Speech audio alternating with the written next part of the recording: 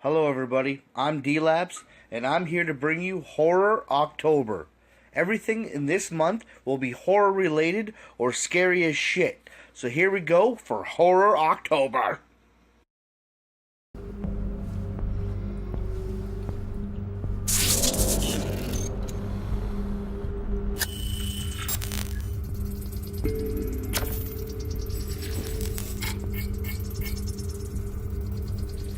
Subject approved. Commencing neural interrogation.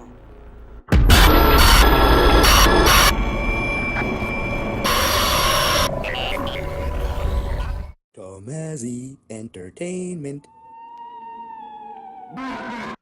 Hello, everybody. I'm Dylan Tomazzi, and welcome to my Horror October.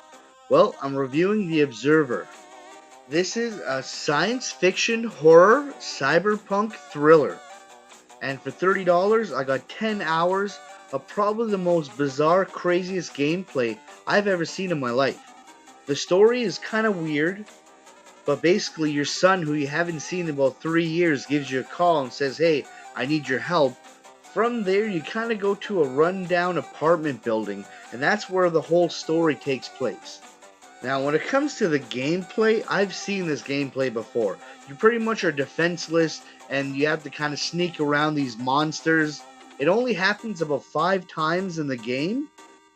Honestly, I was a tad disappointed, because all you really do is hold a thumbstick forward. You basically walk around this apartment building, knocking on doors, and you don't even get to speak to people. You speak to these weird visual TVs, and there is a dialogue system, but honestly, I didn't see the point because nothing changes when you choose this. And believe me, knocking on these doors was kind of repetitive, but it also was cool because you kind of hear a backstory of the world and why people are suffering. But realistically, all you're doing is knocking on doors and pushing the thumbstick forward to walk forward. That's about it. I guess you also have the ability to scan rooms with the left and right bumper.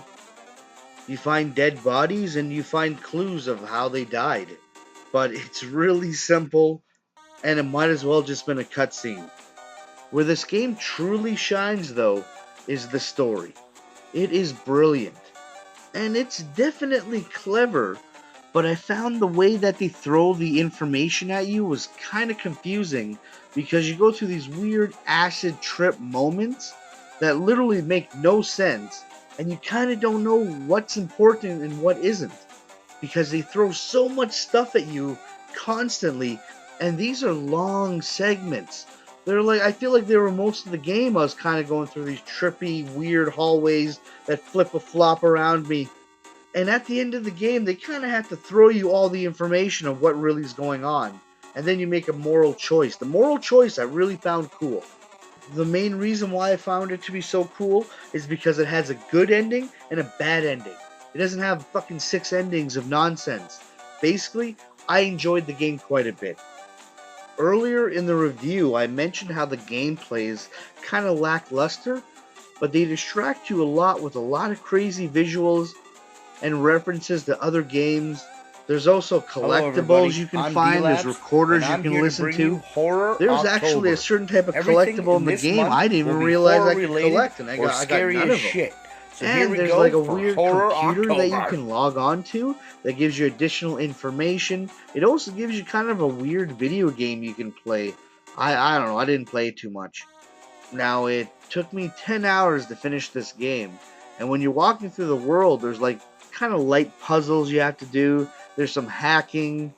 So yeah, honestly, I would recommend this game to everybody because it is a great game. Those mind trip moments when the world is just destroying itself and putting it back together are probably the most trippiest and creepiest shit I've ever seen. I jumped out of my seat a bunch of times playing this game. It is a great horror sci-fi game. So I'm going to rate this an 8.5.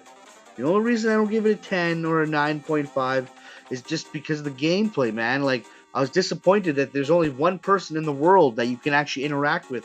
That's a human being. Everything else is doors. You talk to doors, and you walk forward with the controller.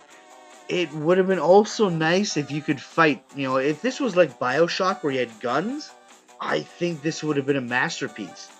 but because it's like one of those stealth games where you have to hide from the enemy, and if he catches you, you die instantly and you have to redo it. I'm not a fan of those games, but this game didn't shove that crap down your throat. It only done it literally like 4 or 5 times, and I didn't mind actually. So there you go, everybody, 8.5. Thank you, everybody, for watching. If you're new to my channel, please subscribe. A thumbs up is always helpful. And I have lots more great videos planned for Horror October. Thank you, and have a great one.